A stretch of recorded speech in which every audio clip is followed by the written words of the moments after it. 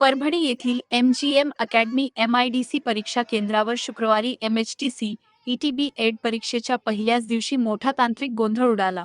सकाळच्या सत्रात अनेक विद्यार्थ्यांचे संगणक अचानक बंद पडल्याने परीक्षा वेळेत सुरू होऊ शकली नाही. यामुळे विद्यार्थी आणि पालकांमध्ये संतापाचे वातावरण निर्माण झाले होते.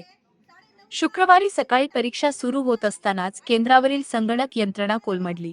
तांत्रिक बिघाडामुळे अनेक विद्यार्थ्यांना लॉग इन करता आले नाही, तर काहींचे स्क्रीन मध्येच बंद पडले. लांबून आलेल्या विद्यार्थ्यांना मनस्ताप सहन करावा लागला. नियोजित वेळेत परीक्षा सुरू न झाल्याने केंद्राबाहेर गोंधळ निर्माण झाला.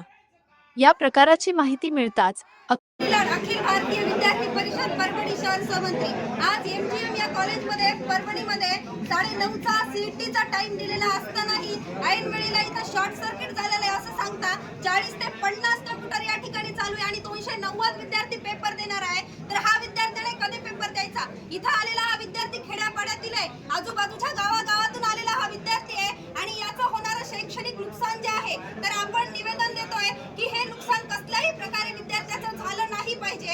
हे विद्यार्थ्याचं जर नुकसान झालं तर आम्ही कलेक्टर ऑफिसला मोर्चा काढून इथे बसू आम्ही जोपर्यंत लेखी आम्हाला कसल्याही प्रकारात माहिती येत नाही की विद्यार्थ्याचं नुकसान होणार नाही तोपर्यंत आम्ही या ठिकाणाहून उठणार नाही हे आम्ही सांगतोय. निवेदन आपण घेऊन आलेलो आहे. धन्यवाद.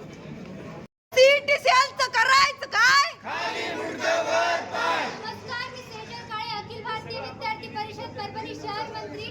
आज येथे MSc BEd याची एक्झाम होती आणि 9:30 वाजता सुरू होणार होती, परंतु येथील तांत्रिक यंत्रणा यांच्या निष्काळजीपणामुळे येथील विद्यार्थ्यांना परीक्षा देण्यात आली नाही आणि यासाठीच आम्ही अखिल भारतीय विद्यार्थी परिषद या सर्व विद्यार्थ्यांच्या सोबत आहोत आणि यापुढे आम्ही एक निवेदन दिले आहे. त्यामध्ये 4 मागण्या आम्ही मागितल्या आहेत.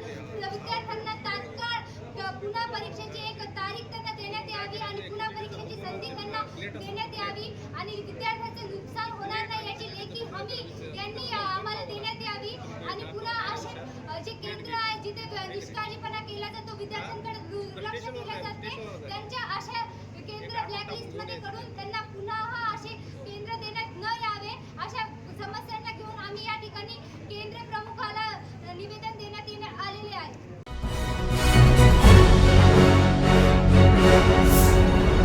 Thanks for watching Ekmat Digital.